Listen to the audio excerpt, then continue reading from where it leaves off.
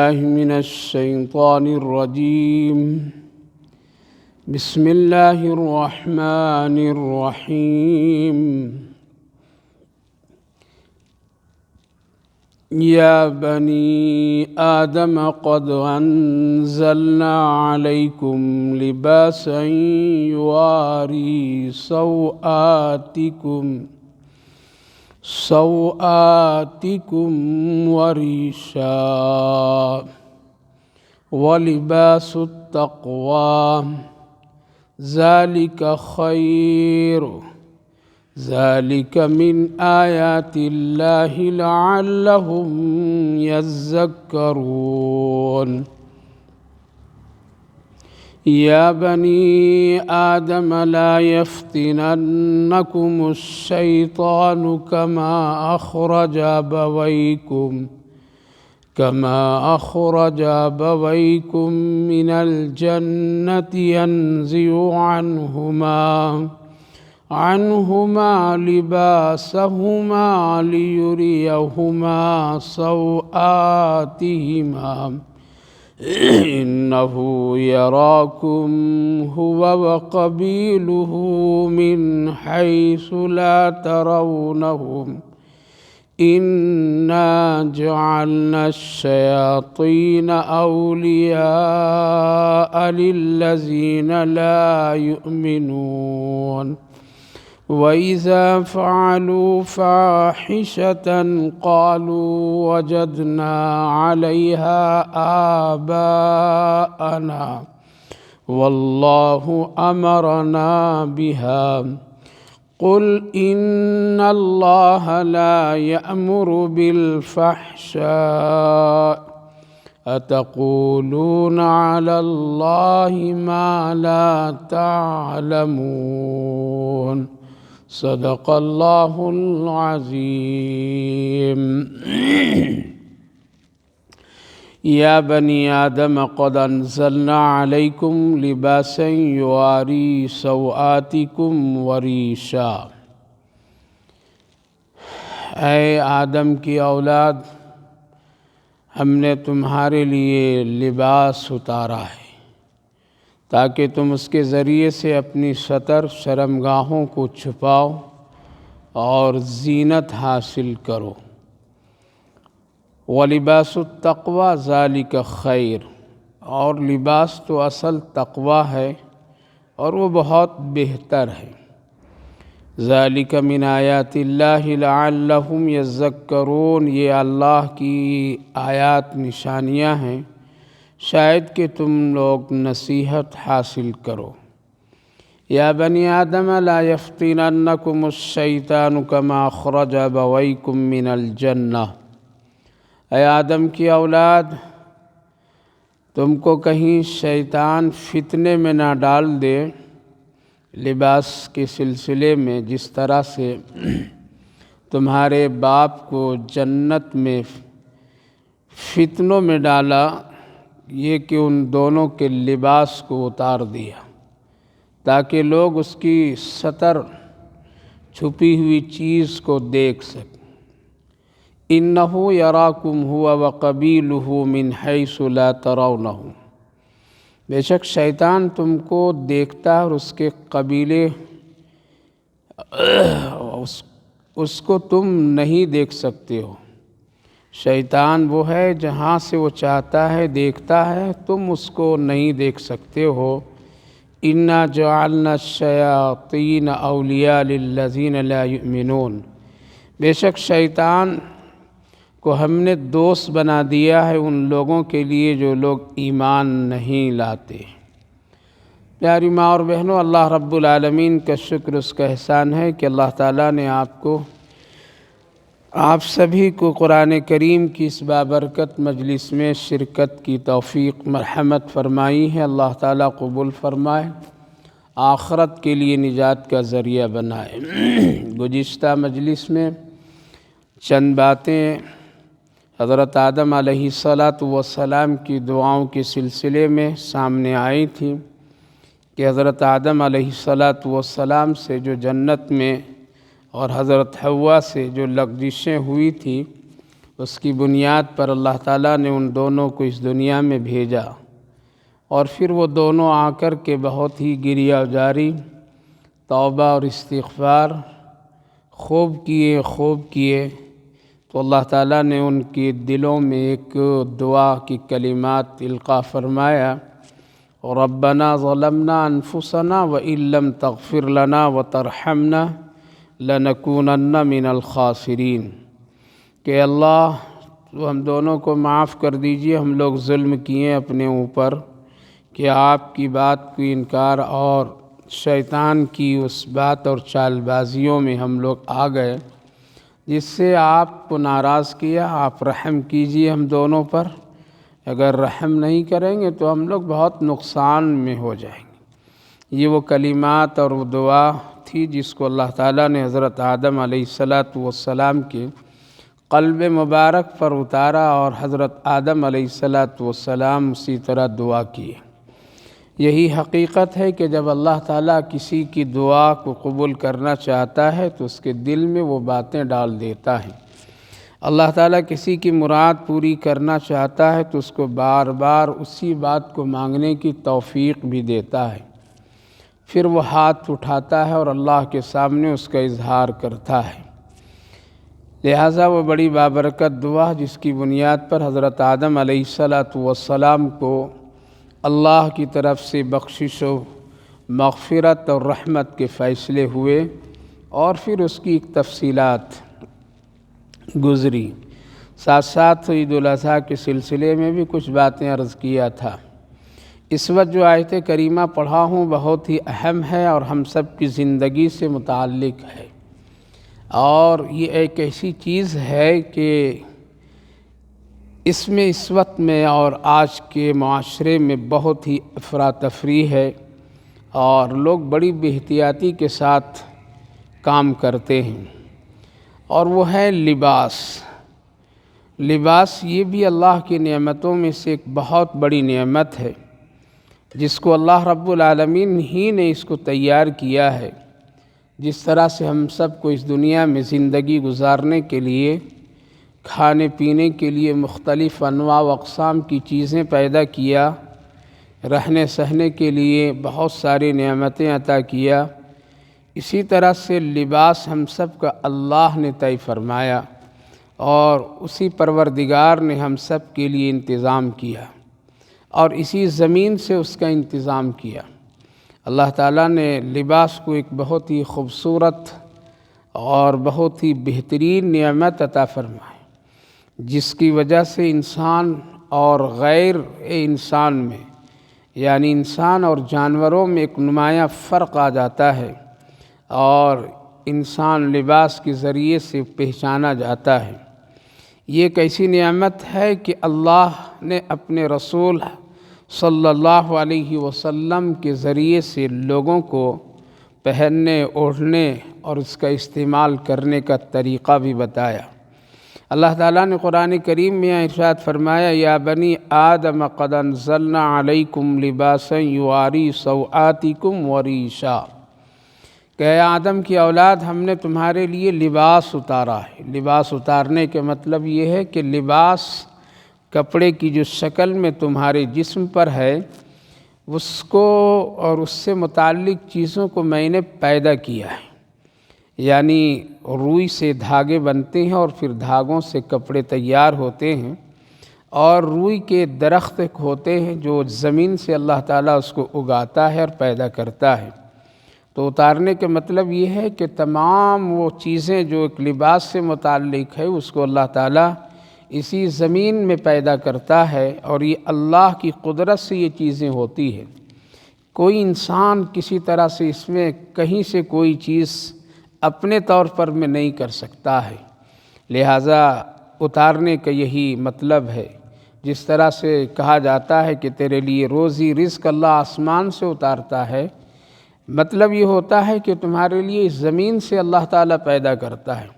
اسی لیے جتنے بھی کھانے پینے کی چیزیں ہیں اللہ تعالیٰ زمین سے اس کو پیدا کرتا ہے اور ہم سب کی ضرورتوں کو پوری کرتا ہے۔ تو لباس کو بھی اللہ اس کی تمام تقاضے اور اس کی ضرورتوں کو زمین سے اللہ پیدا کرتا ہے، اور پھر مختلف انواع و اقسام اور رنگ و برنگ کے لباس اللہ تعالیٰ ہم سب کو عطا فرماتا، یہ بہت بڑی نعمت ہے اللہ کی طرف سے، یہ بہت بڑی نعمت ہے، اپنے رب کی شکر ادا کرنی چاہیے۔ اس کے دو مقصد اللہ تعالیٰ نے بتایا قرآن کریم میں کہ ایک تو اس لباس کے ذریعے سے تم اپنے ستر چھپانے والی چیزوں کو چھپاؤ، یعنی اپنی شرمگاہوں کو چھپاؤ، جو پردے کی نہایت ہی ضروری چیز ہے اس کو اس لباس کے ذریعے سے چھپاؤ۔ دوسرا مقصد لباس کا یہ ہے کہ تم اس کے ذریعے سے زینت بھی اختیار کرو، یعنی ضرورت اور تقاضے کے مطابق اس کو پہنو اضافی طور پر۔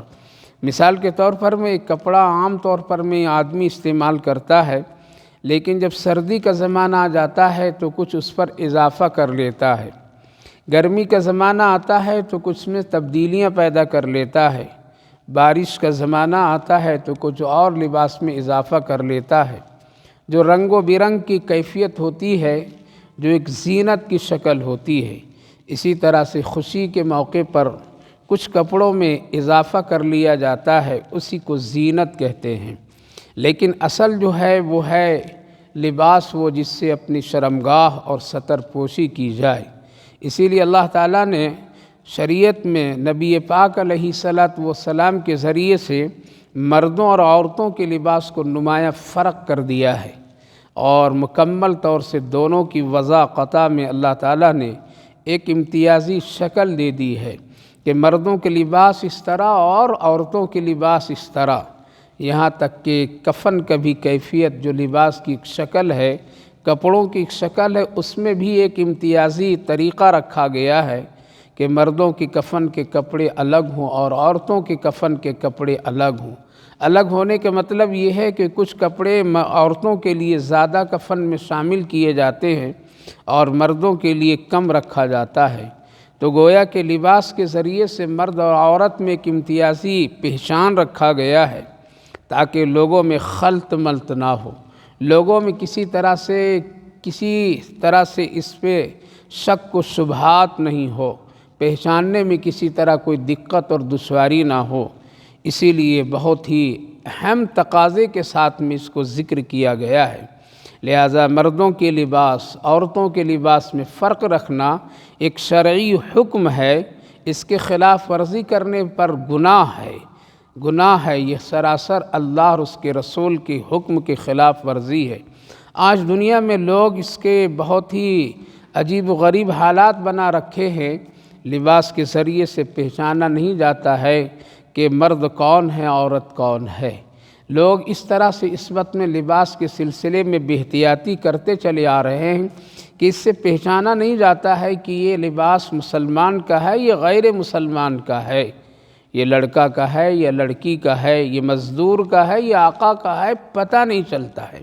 لوگ اپنی مرضی سے، اپنے منمانی سے اور اپنی خواہشات ناجائز کی تکمیل کے لیے نہ جانے کیسے کیسے بہروپیوں کی شکل اختیار کر لیتے ہیں، جبکہ اللہ رب العالمین نے لباس کو ایک امتیازی حیثیت دیا ہے، اور خصوصاً اسلام میں اس کی بہت ہی بہترین طریقہ بتایا گیا ہے۔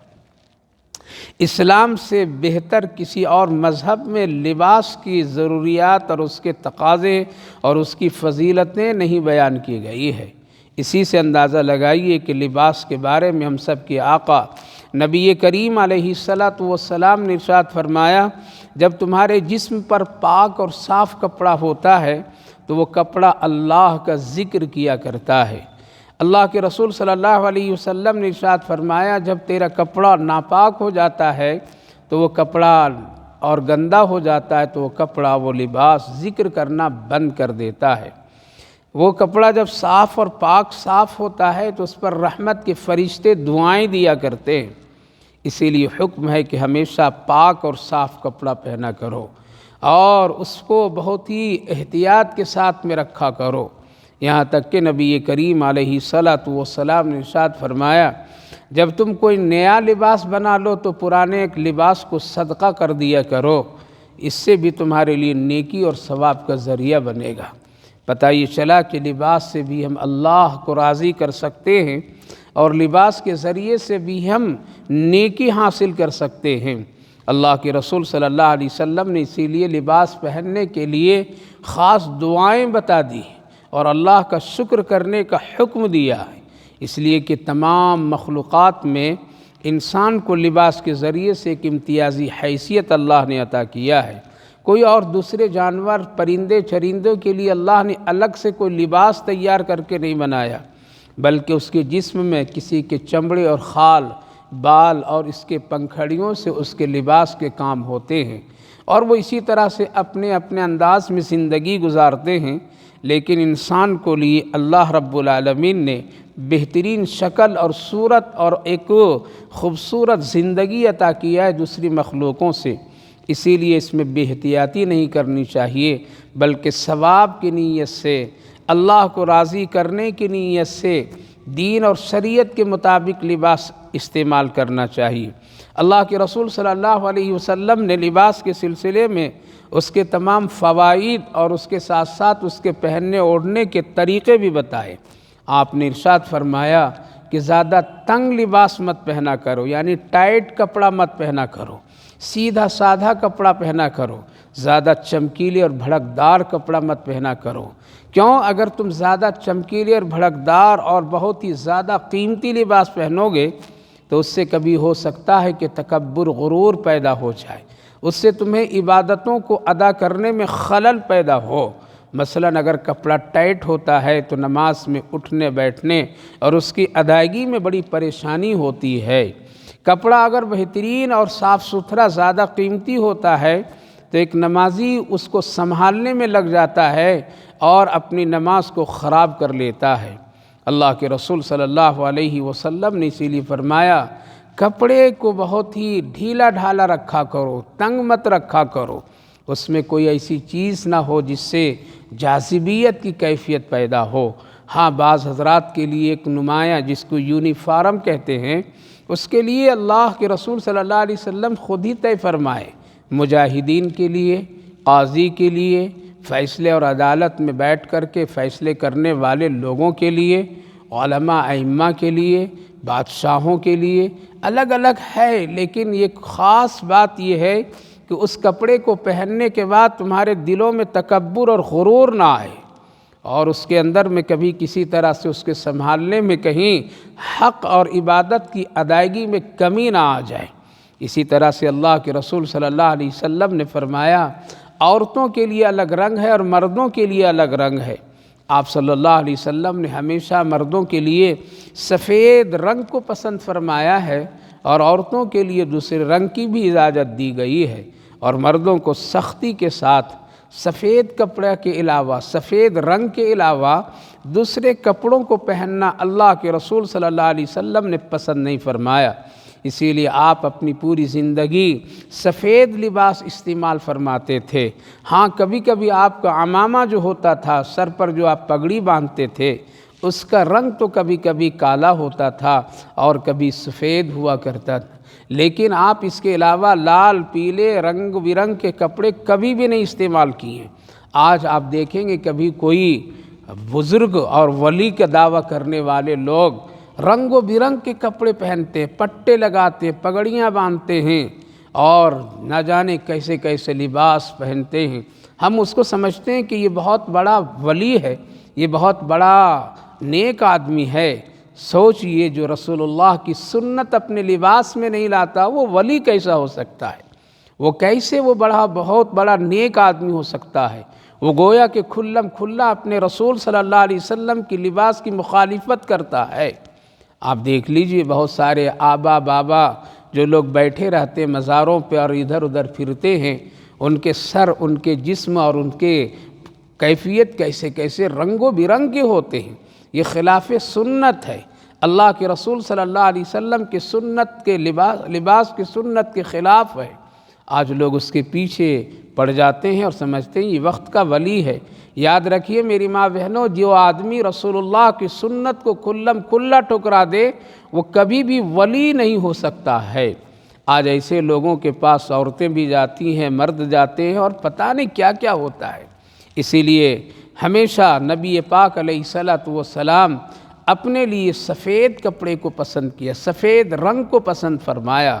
صحابہ کرام رضوان اللہ عنہم اجمعین بھی اس کا استعمال زیادہ تر سفید کیا کرتے تھے۔ ایک مرتبہ حضرت عبداللہ ابن عمر رضی اللہ عنہ ایک ایسی چادر جو بالکل سرخ رنگ کی تھی آپ اوڑھ کر کے آ گئے۔ اللہ کے رسول صلی اللہ علیہ وسلم ایک مرتبہ نظر ڈالے اور آپ نظر کو پھیر لیے، پھر دوبارہ آپ ان کی طرف نظر اٹھا کر کے نہیں دیکھا۔ حضرت عبداللہ ابن عمر رضی اللہ عنہ، یہ حضرت عمر رضی اللہ عنہ کو بیٹے ہیں، سمجھ گئے کہ میرے آقا صلی اللہ علیہ وسلم ناراض ہو گئی۔ بغل میں جو صحابی بیٹھے تو ان سے پوچھا کیا ہو گیا؟ اس نے کہا کہ تم نے یہ رنگ کی چادر لال سرخ جو اوڑھ کر کے آیا ہے یہ مردوں کے لیے جائز نہیں ہے، مردوں کے لیے مناسب نہیں ہے، اللہ کے رسول صلی اللہ علیہ وسلم کے لیے پسندیدہ نہیں ہے۔ لال رنگ کے کپڑا مردوں کے لیے زیب نہیں اور جائز نہیں۔ وہ اٹھے وہیں سے اور فوراً گھر گئے، گھر میں چولہا جل رہا تھا، وہ سرخ چادر چولہے کے حوالے کر دیے اور آگ کے حوالے کر دیے۔ پھر تھوڑی دیر کے بعد آ کر کے بیٹھیں، رسول اللہ صلی اللہ علیہ وسلم دیکھیں اور آپ نے بلایا اور پوچھا وہ سرخ رنگ کی چادر کہاں ہے؟ حضرت عبداللہ ابن عمر رضی اللہ عنہ نے کہا کہ یا رسول اللہ میں اس کو آگ کے حوالے کر دیا، اس کو جلا ڈالا۔ نبی پاک علیہ الصلوۃ والسلام نے فرمایا تم اگر استعمال نہیں کرتے ہو، تمہارے لیے استعمال کرنا، مردوں کے لیے لال رنگ کا استعمال کرنا جائز نہیں اور پسند مجھے نہیں، لیکن عورتوں کے لیے سرخ اور لال رنگ کا استعمال کرنا تھا، تم اپنے گھر کی عورتوں کو وہ چادر دے دیے ہوتے۔ جواب سنیے میری ماں بہنوں، ایمان والا جواب ہے، محبت والا جواب ہے۔ جواب دیتے ہیں یا رسول اللہ جس کپڑے اور جس چادر پر آپ کی ناگواری کی نظر پڑ گئی ہم بھی اس کو استعمال نہیں کریں گے اور میرے گھر کی عورتوں کو بھی استعمال کرنے نہیں دیں گے۔ آپ کی نظر اس پر ناگواری ناخوشی کی پڑی ہے، ایسی چیز کو ہم اپنے گھر میں یا اپنی ذات میں یا اپنے گھر کے عورتوں کے لیے استعمال نہیں کریں گے ہم لوگ۔ اللہ اکبر، کتنا بڑا عجیب و غریب جواب ہے، محبت اور عشق ہے اس جواب میں۔ آج ہم اپنے گھروں کو رسول اللہ صلی اللہ علیہ وسلم اور دین اور شریعت کے خلاف سجا رکھے ہیں۔ اپنے گھروں میں سجاوٹ کھلونے سے، مورتیوں سے، نہ جانے کیسی تصویروں سے، کیسے ناجائز امور سے ہم اپنے گھروں میں یادگار کی چیزیں بنا رکھے ہیں، اپنے جسم پر لباس ایسے ڈال رکھتے ہیں جو اللہ اور اس کے رسول کو پسند نہیں۔ نبی کریم علیہ الصلوۃ والسلام نے ارشاد فرمایا کہ جب کوئی عورت باریک کپڑا پہن کر کے چلتی ہے تو اس پر فرشتوں کی لعنت ہوتی ہے، جب کوئی عورت تنگ اور چست کپڑا پہن کر کے نکلتی ہے تو اس سے بے حیائی کی کیفیت پھیلتی ہے اور یہ اللہ اور اس کے رسول کو پسند نہیں، فرشتے اس پر لعنت بھیجا کرتے ہیں۔ آج معاشرے میں دیکھ لیجئے، چاہے دیندار گھرانے کے لوگ ہوں، حاجی صاحب کے گھر کے لوگ ہوں، اور آگے بڑھ کر کے مجھے کہنے دیجئے چاہے وہ دینی اور دعوت اور تبلیغ والوں کا گھر ہو، اور مجھے کہنے میں کوئی جھجک نہیں چاہے وہ عالم علماء کا گھر ہو، آج کیسے تنگ اور چست اور بھڑکیلے رنگ و برنگ کے کپڑے بچے بچیاں بڑے تک لوگ پہن رہے ہیں۔ اس کو ایک فیشن کا نام دے دیا گیا، دور حاضر کا ایک تقاضے کا نام دے دیا۔ یاد رکھیے زمانہ کتنا بھی بدل جائے، لوگ بدل جائیں، لیکن دین اور شریعت کا حکم کبھی نہیں بدلتا ہے۔ لہٰذا عورتیں آج کس قدر اور کس طرح سے تنگ چست اور بھڑکیلے کپڑے پر کپڑے ڈالتے ہیں اور وہ سمجھتے ہیں کہ اس میں ہمارے لیے بہت ہی اچھائیاں ہیں۔ جس کپڑے پر، جس رنگ و روپ پر فرشتوں کی لعنت ہو، سوچئے کتنا وہ آدمی منحوس ہے اور کس قدر وہ اللہ کی نظروں سے گرا ہوا ہے۔ آج عورتوں کے برقعے اور عورتوں کے کپڑوں کے حالات دیکھ کر کے نگاہیں جھک جاتی ہے۔ برقع جو ایک ہے بہت ہی با حیا چیز ہے، بہت ہی شرافت کی علامت ہے، بہت ہی زیادہ اس کے اندر حیا کے لیے اس کو رکھا گیا، لیکن آج برقعوں پر بھی لگ رہا ہے کہ ایک برقع ڈالنا پڑے گا، اس لیے اس قدر برقعوں کو زینت اور زینت سے آرا اور پیراستہ کیا جاتا ہے کہ اندر چھپے ہوئے کپڑے لوگ خراب پہنتے ہیں، لیکن برقعے زیادہ بھڑکیلے اور چمکدار بناوٹ سجاوٹ والے پہنتی ہیں ماں بہنیں، جس کی وجہ سے لوگوں کی نظروں کی کشش اس کی طرف ہوتی ہے، جبکہ شریعت میں یہ حکم دیا گیا برقع بالکل سادہ ہو، ڈھیلا ڈھالا ہو، اسی لیے اس کا رنگ کالا رکھا گیا، عام طور پر میں اس کا انتخاب کیا گیا تاکہ لوگوں کی نظروں اس کی طرف زیادہ نہ اٹھے، ڈھیلے ڈھالے ہو، جسم کی وضع اور قطع نمایاں نہ ہو، اس پر کوئی بیل بوٹے اور کوئی رنگ اور دیدہ زیب چیز نہ ہو جس کی وجہ سے لوگوں کی نظروں کی کشش ویسی ہو۔ ایسے برقع پہننا لعنت کی چیز ہے، ایسے برقع پہننا حیا نہیں بلکہ بے حیائی کی دعوت دینے والا ہے۔ اسی لیے آج بڑی بے احتیاطی ہے رنگ میں، اس کے پہننے میں، اس کے بنانے میں، اللہ حفاظت فرمائے۔ غور کیجئے اس سے کہ رسول اللہ صلی اللہ علیہ وسلم نے رنگوں کا بھی انتخاب فرمایا، مرد کے لیے سفید، عورتوں کے لیے رنگ کا اختیار ہے، ان کو الگ الگ رنگوں کو استعمال کر سکتی ہیں، لیکن یہاں ایک قید لگایا گیا کہ ایسا رنگ نہ ہو جس میں بھڑکیلا پن ہو، دیدہ زیب ہو، لوگوں کی نظروں کی کشش کا ذریعہ ہو، ایسا مت پہننا چاہیے، لہٰذا اس سے بچنا چاہیے۔ لباس یہ اللہ کی طرف سے ایک بڑی نعمت ہے، بڑی نعمت ہے۔ اسی لیے نبی کریم علیہ الصلاۃ والسلام کے کپڑے اگرچہ بوسیدہ اور بہت ہی پیوند زدہ ہوتا تھا، لیکن کپڑے میں دو چیزوں کا آپ خاص خیال رکھتے تھے، ایک صاف اور ایک پاک۔ کپڑے کے لیے بہت ضروری ہے، لباس کے لیے بہت ضروری ہے کہ وہ کپڑا جو ہو وہ پاک بھی ہو اور صاف بھی ہو، نیا ہونا کوئی ضروری نہیں۔ آگے اللہ رب العالمین نے اس کے بہت ہی اہم جو ایک چیز ہے اس کو ذکر فرمایا، وَلِبَاسًا يُوَارِي سَوْآتِكُمْ وَرِيشًا۔ یہاں جو فرمایا گیا کہ تمہارے لیے لباس میں نے اتارا ہے، اس کے دو مقصد۔ پہلا ایک مقصد یہ ہے کہ اس کے ذریعے سے ستر پوشی کرو، یعنی وہ چھپانے والی چیزوں کو چھپاؤ جس کا حکم اللہ نے دیا ہے۔ لہٰذا مردوں کے لیے جو چھپانے کے لیے جو شرعاً حکم ہے وہ یہ ہے کہ ان کے ناف کے نیچے سے لے کر کے گھٹنے تک کے کپڑا ہونا ضروری ہے، اور عورتوں کے لیے بالکل سر سے لے کر کے پاؤں تک لباس کا ہونا ضروری ہے۔ ہاتھ یعنی ہتھیلیوں کا کھلا ہونا، چہروں کا کھلا ہونا جو ہے حکم میں وہ صرف گھر کے لیے ہے، باہر کے لیے نہیں ہے۔ باہر کے لیے بہت سارے آج لوگ یہ مسئلہ بتا دیتے ہیں چہرے کا پردہ نہیں ہے، اس لیے چہرہ کھول کر کے لوگ جا سکتی ہے ایک صرف بڑی چادر یا بڑا برقع پہن لینے سے۔ چہرے کے اصل پردہ ہے، چہرہ کا جو کھلا ہوا، ہتھیلی کا جو کھلا ہوا حکم دیا گیا وہ گھر کے لیے ہے۔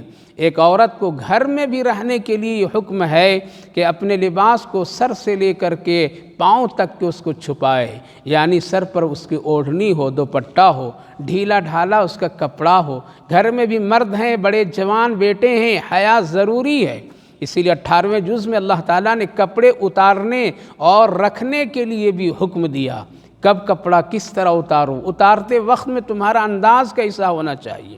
آج عجیب و غریب حالات ہیں کہ گھروں میں اتنے تنگ اور اتنے چست مرد حضرات بھی کپڑے پہنتے ہیں، اور اس قدر بے حیائی کے کپڑے پہنتے ہیں جس کو نائٹ لباس کہہ کر کے اس کا استعمال کرتے ہیں، اور یہاں تک کہ عورتیں بھی اللہ اکبر اپنے اپنے گھروں میں کبھی ایسے ایسے کپڑے پہنتے ہیں کہ ایک اللہ والا ایک بزرگ کہتا ہے کہ حضرت اپنے گھر میں رہنے کی طبیعت نہیں چاہتی ہے، اسی لیے میں صبح نکلتا ہوں اور شام تک کے مسجد میں پڑا رہتا ہوں۔ اس کی وجہ یہ ہے کہ ہمارے گھر میں عورتوں کو سمجھاتے سمجھاتے میں تھک گیا، لیکن نہ ان کے لباس بدلتے ہیں، نہ ان کے سر پر ہمیشہ دوپٹہ رہتا ہے۔ ڈرتا ہوں کہیں اللہ کی لعنت کے مستحق ہم نہ ہو جائیں۔ آج ایسے حالات ہیں، شوق اور فیشن اسلام میں نہیں ہے۔ کرنے دیجئے یہودیوں کو، کرنے دیجئے دوسروں کو، دوسروں کے لیے آزادی ہے۔ آپ اگر جنت میں جانا چاہتی ہیں، آپ اگر جنت کے لباس زیب تن کرنا چاہتی ہے اور وہاں کی نعمتوں سے مالا مال ہونا چاہتی ہے، تو دنیا میں آپ کو ان عورتوں کا نقشہ نہیں بنانا کرنا چاہیے، اور اس کے نقش قدم پر نہیں چلنا چاہیے جن کے لیے اللہ نے جنت میں جگہ ہی نہیں رکھا ہے۔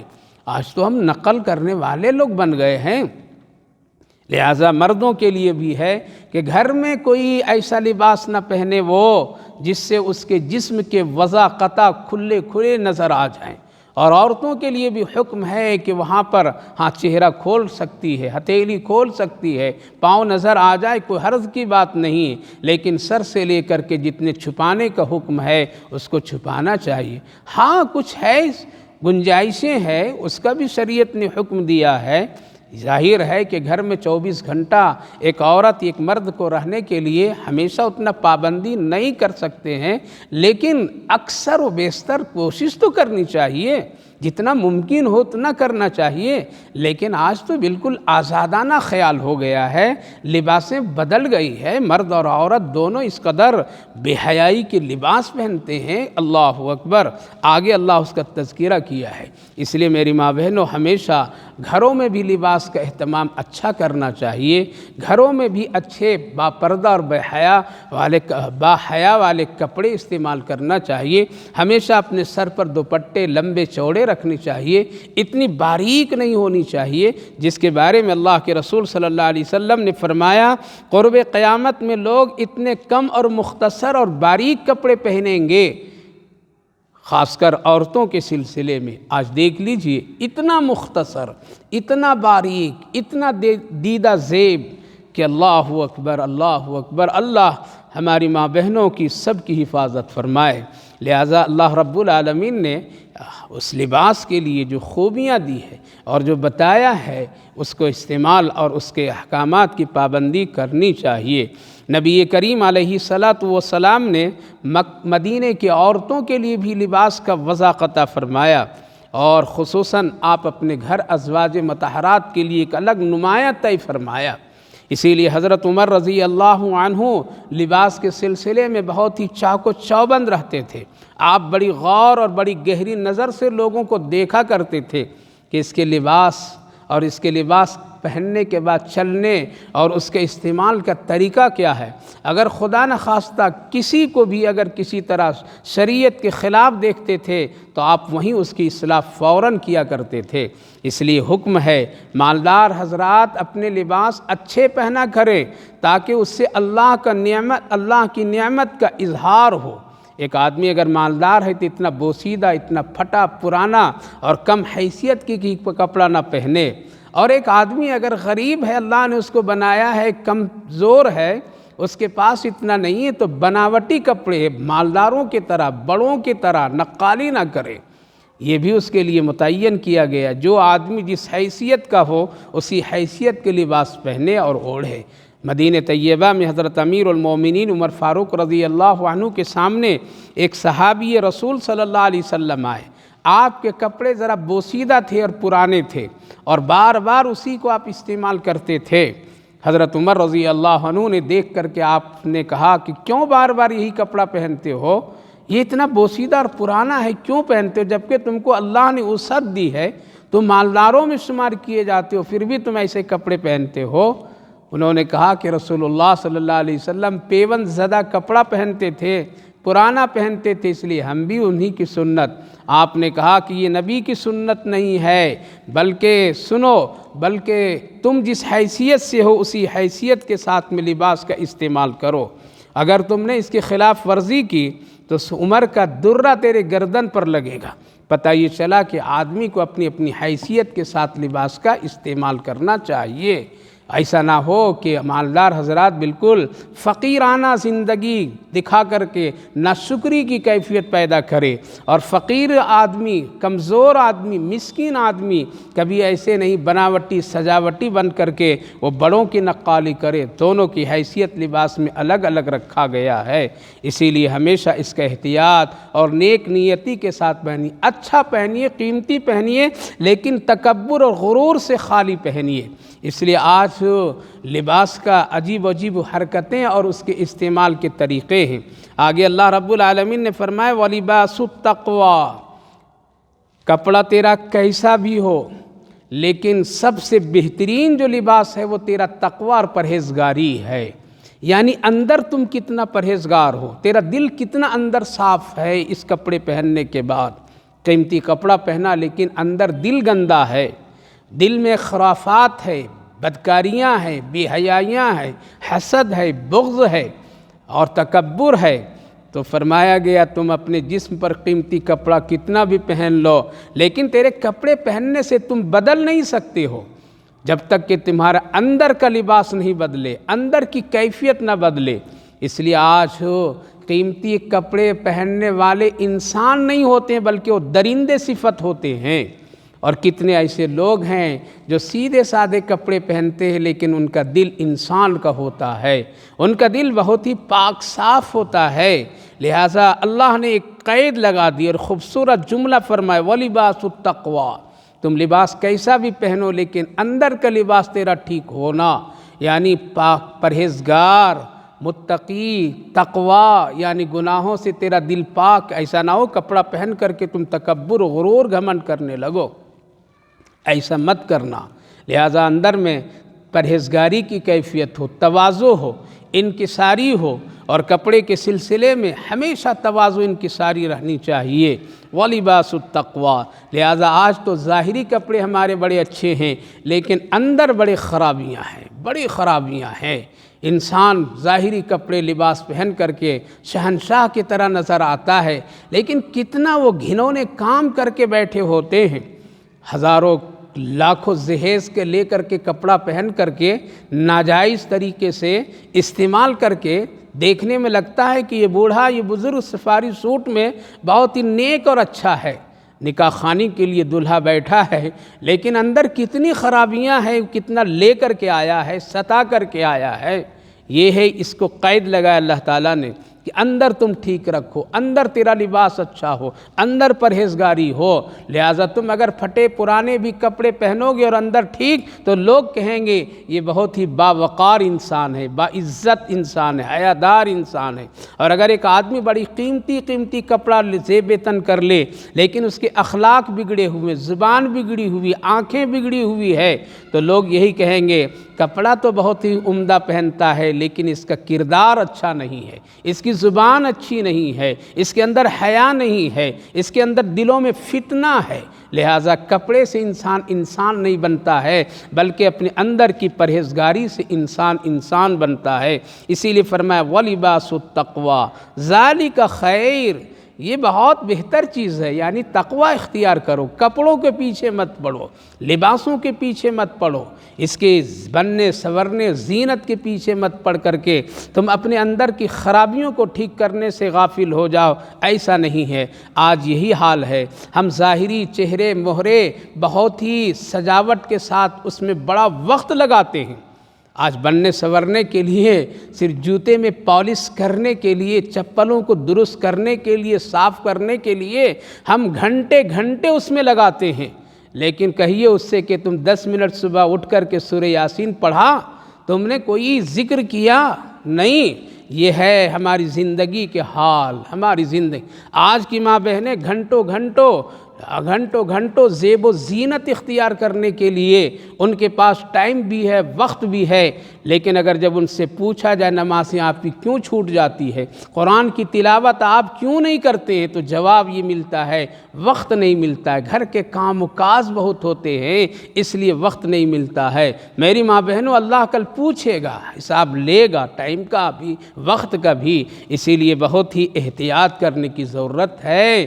وَلِبَاسُ التَّقْوَىٰ ذَلِكَ خَيْرٌ، ذَلِكَ خَيْرٌ، یہ بہت بہترین چیز ہے۔ تقوی اختیار کیجئے، پرہیزگاری اختیار کیجئے، یہ اللہ کی نشانیوں میں سے ایک بڑی نشانی ہے تقوی، پرہیزگاری اور یہ لباس۔ اس لیے اس میں جائز طریقہ اختیار کرنا چاہیے، ناجائز شکلیں نہیں اختیار کرنی چاہیے۔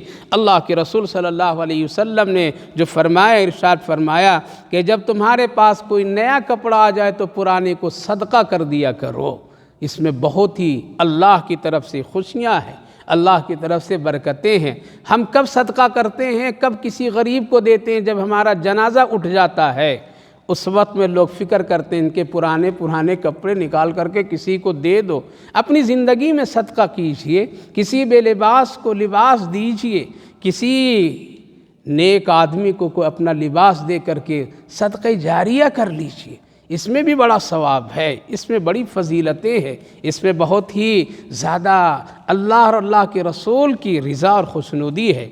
اس لیے ہمیشہ بڑوں اور ہمیشہ نیک لوگوں کا اور طریقہ رہا ہے کہ ہمیشہ وہ اپنے جانب سے اپنی طرف سے لوگوں کو، غریبوں کو، مسکینوں کو، نیک لوگوں کو، علماء کو، بزرگوں کو اپنی جانب سے وہ لباس ہدیوں میں اور اس کو پہنانے کے لیے کوششیں کرتے تھے، تاکہ اس کے ذریعے سے اللہ کی نعمتیں ہمیں ملے اور ثواب بھی ملے۔ اس لیے لباس کے ذریعے سے کبھی کبھی بڑی بڑی نیکیاں بھی اللہ رب العالمین عطا فرما دیتا ہے۔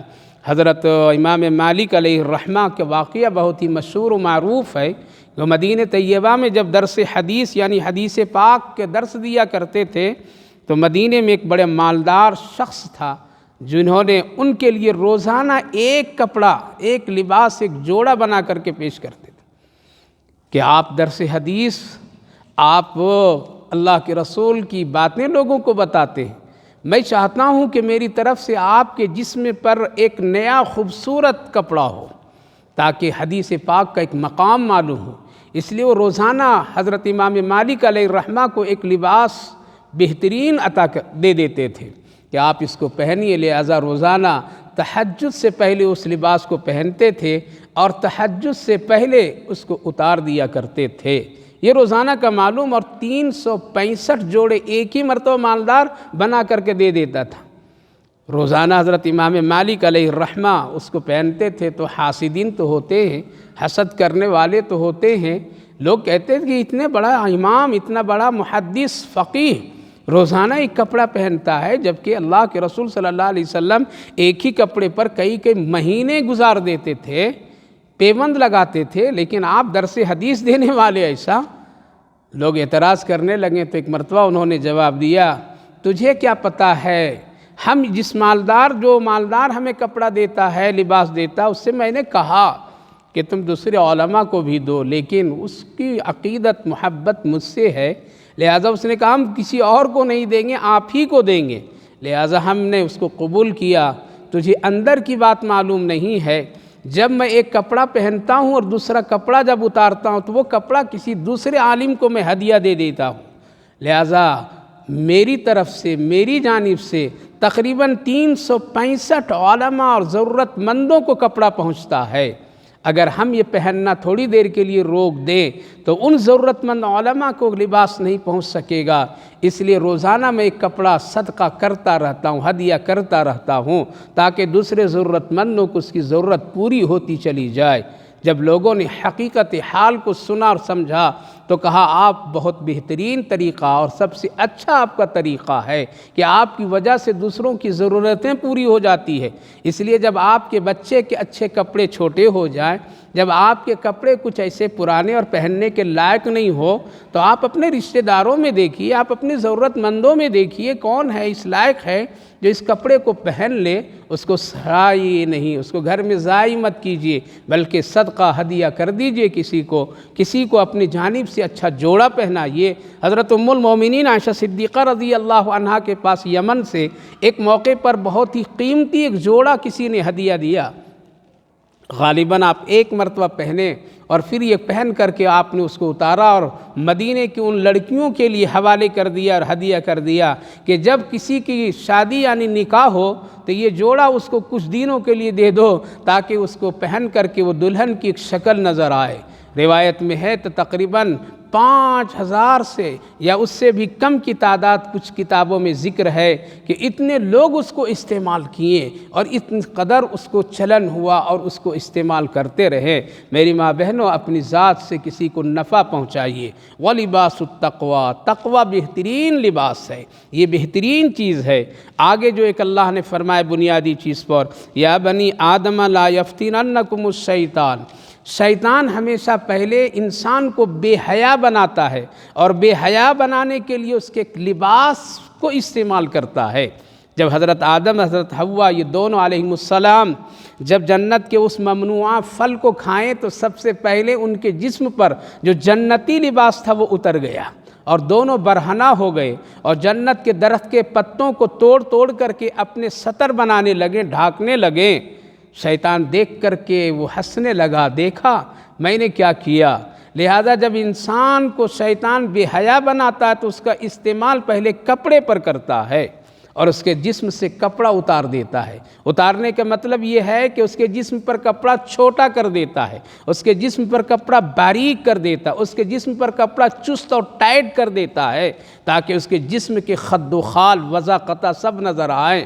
لہٰذا آج دیکھ لیجئے لباس شیطان اتار دیا ہے، اور معاشرے میں مختصر چھوٹے چھوٹے کپڑے، ٹائٹ کپڑے، مرد کیا عورت، کیا بچے، کیا بچیاں، سب لوگ استعمال کر رہے ہیں۔ یہ شیطانی حرکتیں ہیں جو آج انسان کو کپڑے کے ذریعے سے بے حیا بنا دیا۔ اللہ نے فرمایا اے آدم کی اولاد، کہیں تم کو شیطان جس طرح سے آدم اور حوا کو تمہارے باپ کو جنت سے نکال کر کے اس کے جسم سے کپڑے اتروا دیا تھا، کہیں تمہارے بھی اس دنیا میں کپڑے اتار کر کے بے حیا نہ بنا دے، بے حیا نہ بنا دے۔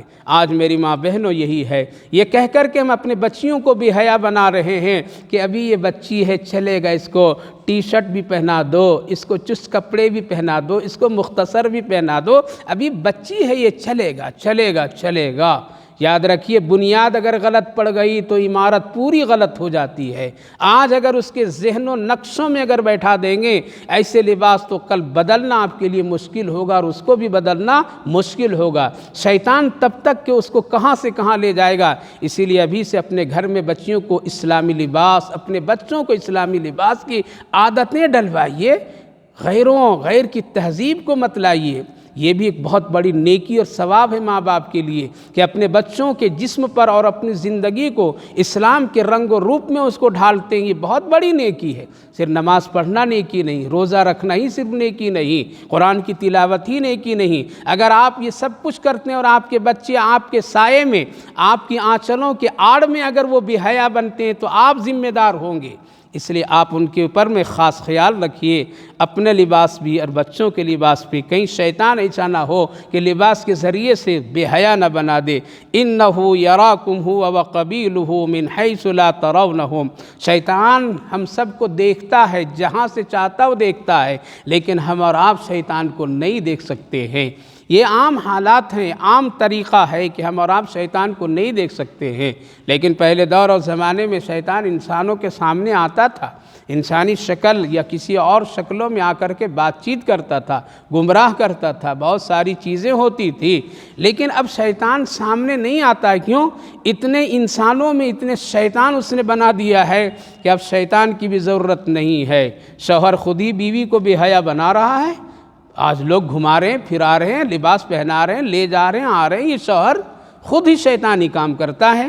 کتنی ایسی ماں بہنیں ہیں جو اپنے شوہروں کو بھی بے نمازی، بے دین کے طرف دھکیلتے چلے جاتے ہیں، ان کے چہرے پر داڑھی دیکھنا پسند نہیں کرتے، ان کو اسلامی لباس پسند نہیں کرتے ہیں، ان کے جسم پر کسی طریقے سے ایسا اسلامی رنگ و روپ نہیں پسند کرتے ہیں۔ لہٰذا آج تو بہت سارے ایسے اعمال میں شیطان ہم سب کو قبضہ کر لیا ہے، قبضہ کر لی، اس لیے شیطان نظر نہیں آتا ہے۔ ہمارے اور آپ میں اتنے شیطان ہیں، بچوں کی شکل میں، بڑوں کی شکل میں، رشتہ داروں کی شکل میں، علماء کی شکل میں، بزرگوں کی شکل لباس میں، اتنے ہیں۔ اللہ اکبر۔ کوئی عقیدہ خراب کر رہا ہے، کوئی عبادتیں خراب کر رہا ہے، کوئی معاملات خراب کر رہا ہے، کوئی حرام کھلا رہا ہے، کوئی نہ جانے بے حیا کرا رہا ہے، زنا کروا رہا ہے، شراب پلا رہا ہے۔ یہ ساری چیزیں کیا انسان کر رہے ہیں۔ اسی لیے آج شیطان ہمارے اور آپ کے سامنے، آنکھوں کے سامنے نہیں آتا ہے، لیکن وہ سب کچھ دیکھ رہا ہے۔ وہ تو خوش ہو رہا ہوگا کہ میرے کتنے اپنے بن گئے ہیں، انسانوں میں، مردوں میں، عورتوں میں کتنے بن گئے ہیں، لہٰذا وہ خوش ہوتا ہے۔ لیکن آج 3 دن ایسا ہے جس کے بارے میں حدیث پاک میں ہے کہ یہ دن جو یوم جمعرات، جہاں حاجی لوگ کنکریاں مارتے ہیں، اس کے لیے بڑی رسوائی کا دن ہوتا ہے۔ آج اس پر کنکریاں پھینکی جا رہی ہیں اور حاجی لوگ مار رہے ہیں، اور یہ لگاتار یہ سلسلہ رہے گا۔ لہٰذا آج کے دن اس کے لیے بڑی رسوائی اور بڑی ذلت کی چیزیں ہوتی ہے۔ آج کے دن سے وہ بڑا گھبراتا اور ڈرتا ہے، لیکن ہم اور آپ اتنے اس کو قریب کر لیتے ہیں کہ ہم اس کو سہارا دے کر کے اپنے گھر میں ٹھکانہ دے دیتے ہیں۔ اس سے بچنے کے لیے نیک دعائیں پڑھا کیجیے، اس کو بچنے کے لیے، شیطان سے بچنے، اس کی نظروں سے بچنے کے لیے اللہ کی پناہ حاصل کیجیے۔ قل اعوذ برب الفلق صبح پڑھیے، قل اعوذ برب الناس صبح پڑھیے، اللہ کی پناہ مانگ لیجیے شیطان سے، اعوذ باللہ من الشیطان الرجیم۔ لہٰذا بیت الخلاء میں جائیے تو دعا پڑھ کر کے، نکلیے تو دعا پڑھ کر کے، کھانا کھائیے تو دعا پڑھ کر کے، بستر پر جائیے تو دعا پڑھیے، گھر میں داخل ہوئیے دعا پڑھیے۔ ان چیزوں سے شیطان کی طاقت اور اس کے حرب گمراہی سے ہم اور آپ بچ سکتے ہیں۔ آگے ایک اللہ نے جملہ فرمایا، اِنَّا جَعَلْنَا الشَّيَاطِينَ أَوْلِيَاءَ لِلَّذِينَ لَا يُؤْمِنُونَ۔ جب انسان گمراہ ہو جاتا ہے اور شیطان کو اپنا قریب بنا لیتا ہے، رحمان کو چھوڑ دیتا، اللہ کی بات سے منکر ہو جاتا ہے، تو اللہ فرماتا ہے ہم شیطان کو پھر اس کا دوست بنا دیتے ہیں۔ وہ پھر کبھی ایمان نہیں لائے گا، کبھی عمل نہیں کرے گا، کبھی وہ نہیں سوچے گا، ہمیشہ شیاطینی حرکتوں پر وہ رہے گا۔ خلاصہ یہ میری ماں بہنوں، لباس ایک بڑی اچھی چیز ہے۔ لباس ہمیشہ حلال پہنا کیجیے، لباس ہمیشہ سادہ پہنا کیجیے، لباس ہمیشہ ڈھیلا ڈھالا پہنا کیجیے، ہمیشہ لباس میں تواضع انکساری رکھیے، اندر کے لباس تقوی کے اعتبار سے دل کو پاک صاف رکھیے، مختصر ٹائٹ باریک کپڑوں سے بچیے، بھڑکیلے اور رنگ و برنگ کے جاذب نظر برقعوں سے خود بھی بچیے، دوسری ماں بہنوں کو بھی بچائیے۔ یہ بہت بڑا آج کے دور کا ایک فتنہ چلا رہا ہے، اس سے بچانا آپ سب کے لیے بچنا ضروری ہے۔ اور سب سے آخری اور اہم بات ہے، شیطان کو اپنا دوست کبھی بھی مت بنائیے، ہمیشہ اس سے بچنے کے لیے اللہ کی پناہ حاصل کیجیے۔ اللہ آپ کو بھی توفیق دے، ہمیں بھی توفیق دے، اللہ آپ سب کو بھی خوش رکھے، ہم سب کو بھی اللہ اپنی خاص رحمتوں سے نوازے، اور عید الاضحیٰ کی بابرکت مہینے اور اس دن میں حج کے اس ایام میں اللہ تعالی ہم سب کے لیے مغفرت کے اور رحمت کے فیصلے فرمائے، یہی دعا ہے۔ اور عید بڑی خوشیوں کے ساتھ منائیے۔ عید کے دن اور عید کے عمل، قربانی کے عمل میں اپنے دوستوں، اپنے متعلقین، اپنے رشتہ داروں کو خوشیوں میں شامل کیجیے۔ اسی کا نام قربانی ہے اور اسی کا نام عید ہے۔ اللہ آپ سب کو خوش رکھے، توفیق دے۔ اللہم صلی علی سیدنا نبینا حبیبنا مولانا محمد وبارک وسلم علیہ۔ اللہم ربنا آتنا فی الدنیا حسنۃ وفی الآخرۃ حسنۃ وقینا عذاب النار۔ اللہ ہم سب گنہگار خطاکار تیرے بندے ہیں، اپنے فضل سے معاف فرما دیجیے۔ حج کا یہ دن چل رہا ہے، تیرے خاص بندے جس کو تو نے بلایا ہے، اس میں مرد بھی ہیں، عورتیں بھی ہیں، جوان بھی، بوڑھے بزرگ سب ہیں، سب کی دعائیں تو سن رہا ہوگا، سب کے لیے مغفرت کے فیصلے فرما رہا ہوگا۔ اے اللہ ان سب کے نیک عمل اور دعاؤں میں ہم جیسے گنہگاروں کو بھی شامل حال فرما لیجیے۔ اس کی برکتیں، رحمتیں، سعادتیں ہم سب کو یہاں عطا فرمائیے۔ اے اللہ اپنے اپنے مقام پر اچھے ایمان و عمل کے ساتھ زندگی گزارنے کی توفیق نصیب فرمائیے۔ عید قرباں کی خوشیاں ہر ایک کو رحمت اور برکتوں کے ساتھ حاصل کر دیجیے۔ اے اللہ فضل فرما، رحم فرما۔ جو لوگ قربانی کا عمل کر رہے اس کے لیے اللہ امن، سکون، سلامتی عطا فرما، خاص مدد فرما۔ اے اللہ جو لوگ نہیں کر پاتے اس کو کرنے کی توفیق، ان کے لیے انتظام، اس کے لیے سارے اسباب پیدا فرما دیجیے۔ رحم فرمائیے، کرم فرمائیے۔ اے اللہ اس مجلس مبارک کو بے حد قبول فرمائیے۔ جتنی ماں بہنیں حاضر ہوئی سب کی حاضری اور شرکت کو قبول فرمائیے۔ اے اللہ ایک ایک لفظ، ایک ایک جملے، ایک ایک آیات پر نیکیاں ثواب ہم سب کو عطا فرمائیے۔ گناہ زیادہ ہے، نیکیاں کم ہے، اے اللہ ہم سب کی نیکیوں میں برکت، رحمت عطا فرمائیے۔ ساری ماں بہنوں کو صحت اور عافیت کے ساتھ، دین اور ایمان کے ساتھ قائم رہنے کی توفیق نصیب فرمائے۔ اسلام کی قدرداں بنا دیجیے، اسلام کو سمجھنے والا بنا دیجیے۔ اے اللہ اپنا فضل فرما، بیماروں کو صحت و شفا نصیب فرما، صحت مندوں کو سلامتی نصیب فرما، جو لوگ دنیا سے جا چکے ان سب کی مغفرت فرما۔ ہماری ان دعاؤں کو اپنے فضل و کرم رحمتوں سے قبول فرما۔ صلی اللہ علی النبی وعلی آلہ وسلم۔ سبحان ربک رب العزت عما یصفون وسلام علی المرسلین والحمد للہ رب العالمین۔